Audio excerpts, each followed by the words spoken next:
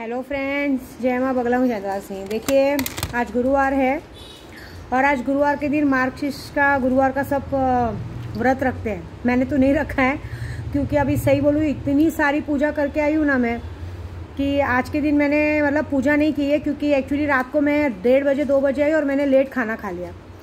तो मैं अगले गुरुवार से पालन करूँगी। इस गुरुवार को नहीं रखा मैंने पूजा। लेकिन दूसरी बात कि ये जो गुरुवार के दिन आज के दिन है, मैंने कहा था कल आज दीपक जलाने सब करना है। आज हो सके तो सबसे अच्छा मंत्र सिर्फ एक ही है कि ओम श्रीम मंत्र पढ़िए, बस ओम श्रीम। ये मंत्र आपकी ज़िंदगी का सारे दुखों को हरेगा और सब काम करेगा।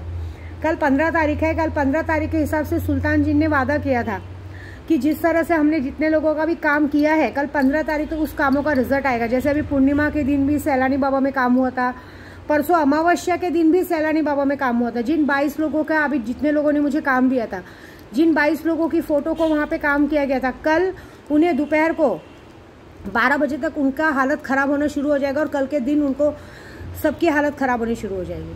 क्योंकि कल का 15 तारीख बहुत स्पेशल दिन है और इस स्पेशल दिन पे कुछ स्पेशल लोगों के लिए ज़रूरी है। क्योंकि देखिए, ये जो हम लोगों ने पॉलिटिक्स का ये सब काम किया, लोगों ने मेरा मजाक बनाया, तो ये जो मजाक बनाते वो स्पेशल ही हुए ना। अभी आप सोचो, मैं गई थी उदयपुर में पॉलिटिक्स के लिए नहीं गई थी। मेरे को जिन लोगों ने काम दिया था मैं उनके लिए गई थी, लेकिन उन लोगों ने क्या किया, मेरा मजाक बनाया।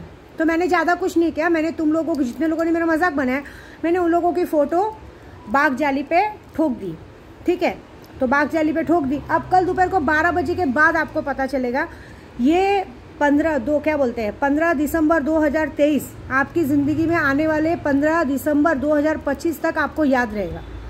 और इस तरह से याद रहेगा कि आप ज़िंदगी में याद रखोगे कि क्या किया विद्या देवी ने। क्योंकि 12 दिन मैंने सिर्फ और सिर्फ पूजा की है, 12 दिन सिर्फ और सिर्फ ताले का काम किया। और ताले के काम का 72 घंटे का रिजल्ट कल आएगा। जितने लोगों ने मुझे काम दिया था उनका भी रिजल्ट आएगा। दूसरी बात, जो पॉलिटिक्स में गंदा खेल हुआ है, इसकी वजह से पब्लिक तो ज़रूर आक्रोश होगी, चाहे मध्य प्रदेश हो, चाहे राजस्थान हो, चाहे कहीं भी हो।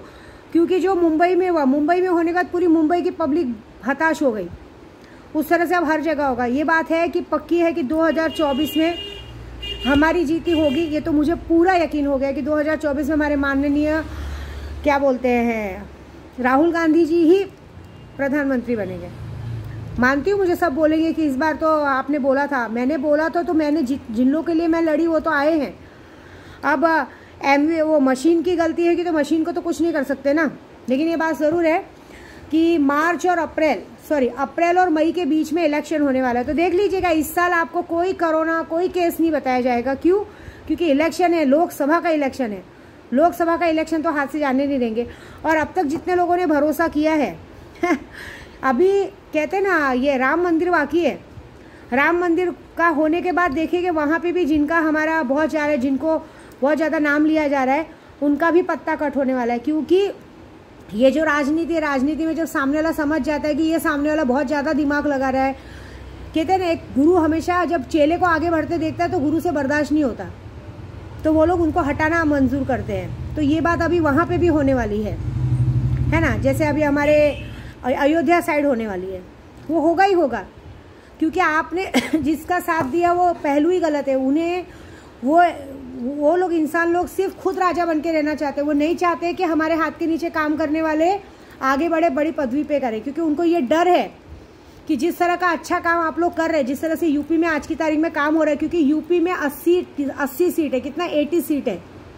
और 80 सीट जिस तरह से है, मैं खुलेआम बोल रही हूँ कि जिस तरह से हमारे योगीनाथ जी काम कर रहे हैं, योगी आदित्यनाथ जी काम कर रहे हैं, मुझे बहुत पसंद है वो जिस तरह से काम कर रहे हैं, ये बात पक्की है कि उनको हटाने की पूरी तैयारी की जाएगी। क्यों?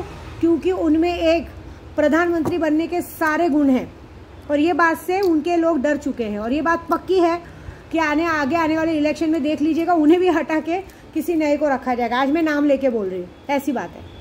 तो चलिए, कोई बात नहीं, हम पुजारी लोग आपके साथ हैं। और अभी भी इलेक्शन आ रहा है। महाराष्ट्र के इलेक्शन में जो उद्धव बाला साहब ठाकरे की तरफ से है, वो मुझे आराम से काम दे सकते हैं। मैं उनको गारंटी देती हूँ, अभी से काम देंगे, उनकी सीट आनी पक्की है। वो किसी भी राज्य से किसी तरह से भी खड़े हो, उनको जीत दिलानी मेरी गारंटी है, कहीं से भी हो। कांग्रेस की जितने भी लोग हैं जो काम देना चाहते, दीजिए, उनको जिताने की गारंटी मेरी है। और कल 15 तारीख पे कल कैसे ग्रहण लगेगा वो काम मेरा देखिए, क्योंकि हमने काम कर चुके हैं। ये जितने लोगों ने भी मुझे चिढ़ाया था ना, ये यहाँ पे चोट लगी थी, कसम से बोल रही हूँ, क्योंकि मैं वहाँ पे इतनी मेहनत करने गई थी, मैंने किसी को नहीं चिढ़ाया था, लेकिन लोगों ने मुझे चिढ़ा के यहाँ पे चोट लगाई थी। ये बात तो पक्की है कि तुम लोग पॉलिटिक्स में आखिर मुझे चिढ़ा के क्या मिला? तुम्हारा कैंडिडेट भी तो नहीं आया ना, तुम्हारे कैंडिडेट को भी तो बाकायदा बेचारे लोगों को बेइज्जत किया गया और उनको उस पदवी से हटा के किसी अननोन पर्सन को रख दिया गया। खुद सोचो, और किसकी वजह से? सिर्फ तुम्हारी वजह से। तुम्हारे कैंडिडेट को पता भी नहीं कि तुम्हारे चिढ़ाने की वजह से उस इंसान की कुर्सी गई है। पता चलेगा कल 15 तारीख के बाद, कल 15 तारीख को 12 बजे के बाद सबका खेल खत्म। मज़ा देखो कल दोपहर को। और सिर्फ तुम लोग का खेल खत्म नहीं, ये सबके साथ होगा। जो तुम लोग के साथ गलत लोगों ने साथ दिया है ना, तुम्हारे लोगों ने, जो भी लोगों ने साथ दिया हो, मुझे नहीं पता पॉलिटिक्स में कौन क्या होता है, मुझे मालूम नहीं, जो भी तुम्हारा साथ दिया हो उनका भी कल के दिन बैंड बजेगी 12 बजे तक खबर आएगी। किसी का एक्सीडेंट हो गया, किसके साथ क्या हो गया, अभी भी हुई है, अभी भी हुआ ही है, लेकिन क्या होता है मालूम है? तुम लोग मुझे दिखाओगे नहीं, तुम्हारे साथ जो हुआ रहेगा दिखाओगे नहीं। मेरे भले स्टेटस रखोगे, ये रखोगे, लेकिन अपनी हार मंजूर नहीं करोगे कि हाँ चलो हमने आपको चिढ़ाया था, हमारी हार हो गई। मैं तो 4 कैंडिडेट के लिए गई थी, 5 कैंडिडेट के लिए गई थी कांग्रेस की, 5 में से 4 कैंडिडेट आ गए। एक कैंडिडेट को हराने में उन्हीं के लोगों का हाथ है, मेरा हाथ नहीं है। सही बात है ना? अरे उनमें तो सबसे बड़ा हाथ हमारे खुद के, जो मैं जिस घर में रहती हूँ उस ओनर का हाथ है।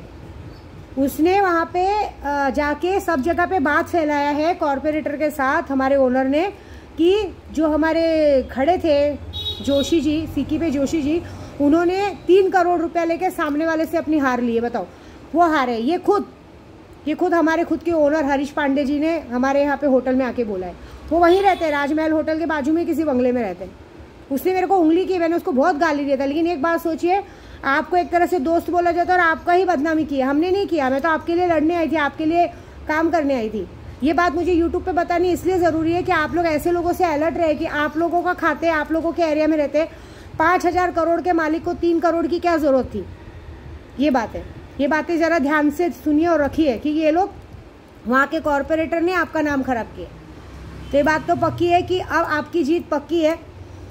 तो आपका काम मुझे लेट मिला, आपके किसी जान पहचान वाले ने काम दिया था, वो लेट मिला, वो मेरी गलती नहीं है, लेकिन जितनों का काम मैंने लिया था वो कर दिया। और अभी जितनों को भी इलेक्शन का काम देना है वो मुझे दे सकते हैं, क्योंकि मार्च, अप्रैल और मई के बीच में इलेक्शन है, ये बात है। और दूसरी बात, मेरी कहते ना, आज से मैंने सोचा है कि मैं तालों का काम रात को करूँगी, क्योंकि दिन भर काम भी रहता है। तालों का काम बखूबी एक ही बार रात को हुआ करेगा, क्योंकि तालों के काम के लिए मुझे कम से कम 5-6 घंटे चाहिए रहते। तो तालों का काम होगा। और कल 15 तारीख है। ये याद रखना, जिसने भी मुझे जयपुर से, जिसने भी जहाँ से भी चिढ़ाया था ना, ये बात पक्की है कि चिढ़ाने का बदला तो लूँगी मैं, क्योंकि ये गलत किया। मैंने तो वहाँ पे अपने काम से आई थी, मैं आप लोगों के काम से नहीं आई थी, तो आप लोगों ने मुझे क्यों चिढ़ाया? मतलब एक तरह से दोस्ती यारी भी रखने का और एक तरह से मुँह पे थूकने का भी, ये कौन सी बात है यार? कोई बात नहीं, कल 15 तारीख को पता चलेगा। जय माता दी।